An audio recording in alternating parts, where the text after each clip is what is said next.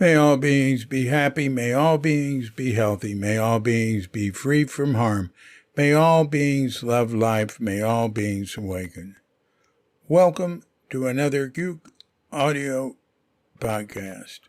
I pray that you and yours are safe and comfortable, free from economic hardship, and able to get out and do whatever it is you want within the limitations of the universal precept of do as little harm as possible. So today we're going to have another outtake from Zen is Right Now, teaching stories and anecdotes of Shunryu Suzuki. More teaching stories and anecdotes of Shunryu Suzuki. So this one is... Once in a lecture, Suzuki Roshi said, "There is double difficulty for new students. So older students should help new students, make practice easier for them. So there is also double difficulty for older students." When I have lecture excerpts, it's something that someone pointed out just told me, or it was in an interview or whatever. And I would try to find it in the lecture archive and say it the way he said it, almost always. But, I don't know. I think this is in a lecture. I remember reading that. But sometimes there'll be, a student will tell me that, and I won't find it in the lecture archive. And I just put it down like the student said it. Now, double difficulty for new students. Hey, wait a minute. What about beginner's mind? I thought they were the ones that did the best. So the older students should help them and make things easier. Well, at Zen Center, what my experience was, in general, we helped newer students. We're encouraging, but it depends on the person and also the sort of culture of the particular practice center at the time. Those things change. Now, there's Japanese temples where their idea of encouraging new students could be explained through the Japanese phrase kibishi ga shinsetsu, strict but kind. So a monk comes up to, this is traditional, right, in Japan, and I've talked to people who experience stuff like this. Guy comes up to a temple and wants to be a monk, but they won't let him in until he's done Tangaryo. Now, Tangaryo means waiting room, right? And you just got to sit for days. They have meals and you can have bathroom breaks. But Dan Welsh, when he went to Ryutakuchi in about 1963, the Tangaryo he had was on the steps. And he said you had to put your hand, your head on your hands. You put your hands together like in Gassho and put it to the right and leaned your head down sideways. That'd be horrible. Like you had a terrible crick in your neck.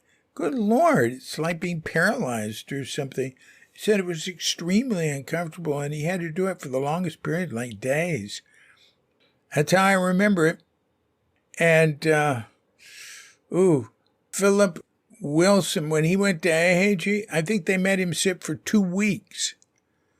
We think of, and Suzuki thought of Tangaryo as being a week of sitting, and he wanted a week, or at least 5 days at Tassajara, but Richard Baker, the head monk, the director, and his number one confidant said, "No, we've got all sorts of people who've never even, but we're coming to this first practice period, 1967, who've hardly ever practiced, We can't give them 5 days of Tangaryo. Let's give them 3 days. So Suzuki really didn't want that.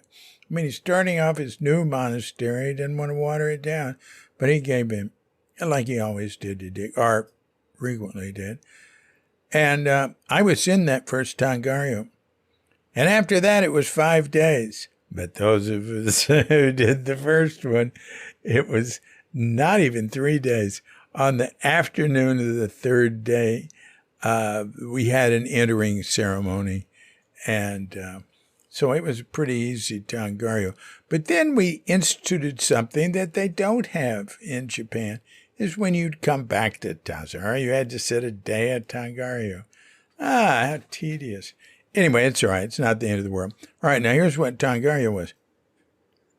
And Tangaryo is sitting all day. It's, there's no walking meditation.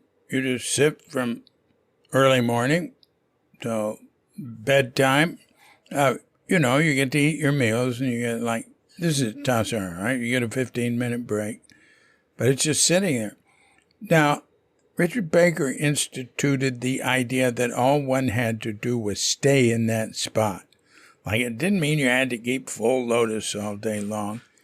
He said you could stand up if you needed to. So, so he was always in favor of, being kind and helping new students in that way. Not the strict but kind. Strict but kind, that sort of thinking, I can be anything. You can be screaming, yelling, beating people with a stick, and they can say, strict but kind. So Dana Fraser told me a monastery he was in, I can almost remember, I can't remember, in the 60s, he saw a student sitting Tangaryo on the deck, and monks came up and threw him off the deck in full lotus, just threw him off. So there's a lot of really mean stuff that, was supposed to be real Zen. I could go on and on with stories like that. But all right, let's go back to Suzuki saying, I'm getting a little carried away here. Suzuki's saying there's double difficulty for new students. They're trying to figure things out. I mean, it doesn't have to be at Tassajara, how a new student's treated when they're first there. It could be somebody in the city coming to sit. And so somebody might be very kind and come with them, and so they'll feel comfortable and will go with them into the Zendo because people feel uncomfortable. They don't want to do anything that's wrong. And they'll show them, I just do what I do. They might even lean over and whisper, now what we said. They'll try to, it's best to give a zazen instruction before they get in, right? The idea, but I've seen people give it in there. Now, when you said, just whispering like that, and people leaning over looking, hey, you're not supposed to talk in here. But actually, what Suzuki liked was people just to go in and not know anything. And that's what I would tell people, hey, go into the Zendo and try to figure it out. Don't worry about it. Nobody cares if you do anything wrong or whatever. Just watch others and try to figure out what to do and try to figure out what zazen is on your own without any instruction. And then get a zazen instruction. So there's different ways of doing that. So it is difficult at first, and it's also socially difficult, Let's say if somebody's going to, not just coming in to sit, then going back to their home, have a sitting prayer. What if they're living there, having to get along with people and all that. So it's nice to be friendly, but not every group's friendly, or not every person is friendly. And Zen Center being unfriendly is one of the most common complaints I've heard. But anyway, all right. So in many, many ways, we can see that a new student has double difficulty, right? But then the old students, he said, have to take care of the new students, so then they have double difficulty too. But that's not the only way they have double difficulty. It's because they've lost their beginner's mind. So what's he saying? It's always double difficulty. Practice is double, triple, quadruple difficulty. Anyway, well, let's contemplate this. There's many directions we go, and I'm not going to go in any more directions at this point. This has been a Gook Audio podcast. I'm DC, Poobah of Gook Audio and Gook Archives, coming to you from sleepy Sanur with Dog and Pandita, Feline Kuchita, and dear lovely Katrinka. And we're wishing you and yours and all of us a grand awakening.